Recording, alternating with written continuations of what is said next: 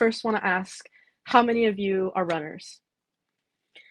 I've been an athlete to some degree all my life, and recently I've been trying to run a half marathon, which on paper doesn't seem like a lot, but I think if you measured it by how many times the song Need to Know by Doja Cat could fit in the time needed to run one, it would be like 34 times? That's not bad. I can listen to that song 34 times. My uncle, Jeremy, told me he listens to Doja Cat when he runs.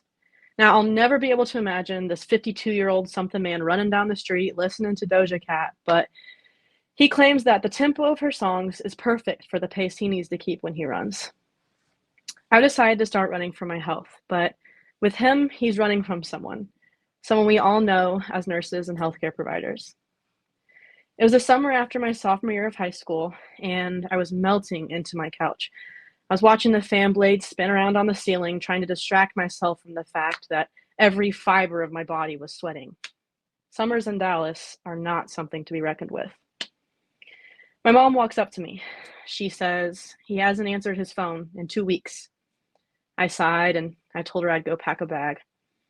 My uncle's silence was concerning, as his battle with alcoholism and addiction is something that he has struggled with since 16, which was my age at the time. We drove off in my mom's red Volvo. It's a little past dinner time and the summer sun is setting, and it takes about 4 hours to get from Dallas to Houston.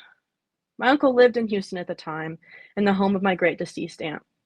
Her home echoed when you talked, and you could hear your own bones creaking when you walked. The house was built like a museum, not a home. Once we were out of the city, we drove to the parts of the state where there's nothing but Waffle Houses and Jesus Saves signs. I couldn't remember if my uncle believed in God or not. And with my head out the window, I watched the sky turn from orange to purple into black.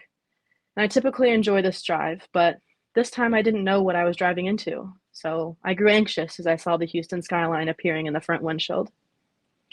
We pulled up to the house. The rubber tires of the car crunched on the front driveway, and we left our bags in the car, walked up to the front door, and I watched my mom's hand hover over that front door handle. And I felt like I was living in this liminal space. With my uncle, he's constantly living in the space between relapse and recovery and life and death. We walked slowly throughout the house, calling out his name at each step. Jeremy! Nothing. Jeremy! Silence. Jeremy! No response. We found our way to the living room, and I see a pair of feet sticking out from behind the couch, and I run to them. And Jeremy lay incapacitated in a pool of his own blood, vomit, and urine. His chest slowly rose and fell, his eyes fluttered open and shut, and his mouth was able to mumble out a few indiscernible words. I picked my head up, and I looked around the living room, and I saw that the room was lined with bottles of liquor. He was caged by his disease, literally trapped by the very thing he was trying so very hard to fight. He was able to sit himself up on the couch. He was disheveled, pale, and shaky. And with the closest hospital only a few blocks away, we decided to drive him ourselves. As we carried him to the car, the weight of what he had been struggling with weighed heavy on my shoulders, and it was one of the heaviest things I have ever had to carry. We started the drive to the hospital. I watched him from the rearview mirror, his tired eyes looking at the passing buildings. He knew where we were taking him to. Again. By the end of it, Jeremy's blood alcohol was 0.4, so 40% of his blood was alcohol. Death was living in that house. Death's icy hands dragged across those 70 bottles of alcohol that he had consumed over 2 weeks. Death's long black coat was draped over that couch that Jeremy was just sitting on.